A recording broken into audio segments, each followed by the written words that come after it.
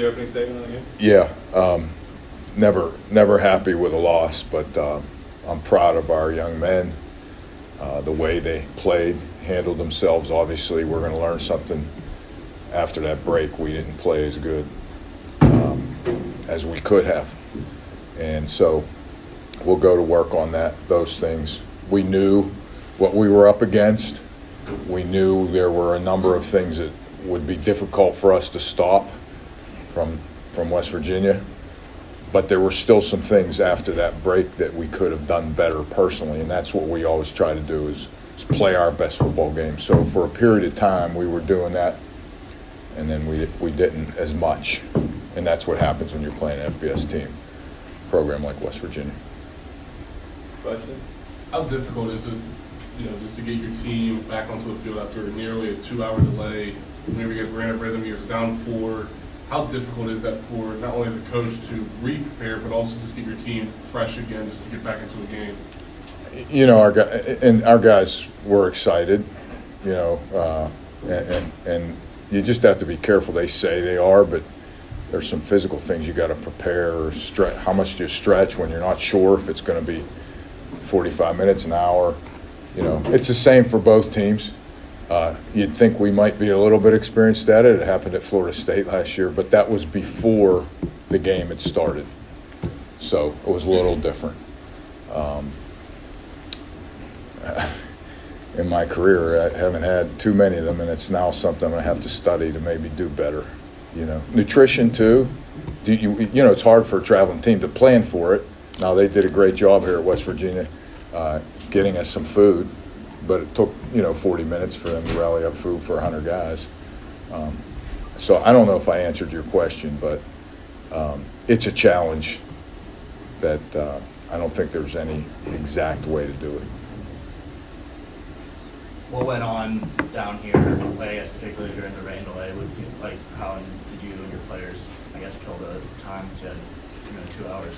Yeah, well, first thing was I said, get off your feet, take your pads off. Right now we're looking at, I think it was 45 minutes, but it could keep going, so don't, they're all gunned up, they're fired up, they're rolling, they're playing, and I try to get them to settle themselves down and take a break. And then I got some word that there were some lightning strikes, and I was just trying to keep them at ease. I said, if you got to, take a nap, we'll wake you up. When we got to get warmed up and go. As a staff, we had a pretty good idea that was going to be our halftime adjustments. So we did some of those things with the players through that time. And then we had to get prepared to get them loosened up and go. Before the delay, you were really finding some connection. Obviously, there was a pick, but the deep ball was there. Just how much was that a part of the game plan, or just to see Darius making his reads throughout the first half? A little, for him, a number of those were on scrambles, and he does a really good job of that. And I think they tried to take that away in the second half, or when we went back out, did a good job at it. We think we have some pretty good skilled athletes, and we thought we could take some chances and take some shots, and it came through for us.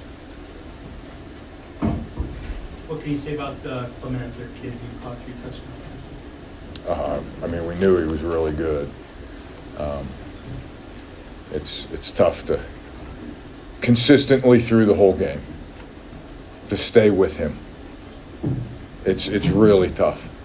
And there were actually some schemes that we had a pretty good idea it was going his way, and you still can't, I just want to try to limit the big play. I think that was probably one thing that our defensive staff would be disappointed in is some of the big plays.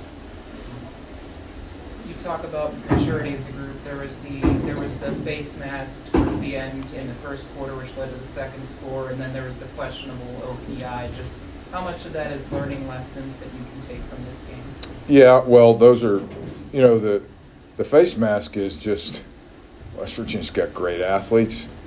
And that young man just couldn't cut or stop in time to, for that great athlete when he made a cut. So he reached out, and it just happened to be where his face mask was. And it's pretty tough when you're trying to get someone down to think in that moment. You know, they're playing, they're battling like crazy. The OPI, you watch the replay and tell me. I think those guys do a great job, but I see that play hundreds of times through all football, and I don't see that. You know, but we got to do it better so we don't get called for that in that position. How does not having a proper halftime affect the way you're able to scheme up the second half? Like I said, I think we used the break and planned for it that way. And in this situation, in these games, for us anyways, there's so many timeouts. We're able to get some things done on the sidelines. So we kind of used those two things to get done what we had to. In the rushing game, you guys were defensively not able to stop them.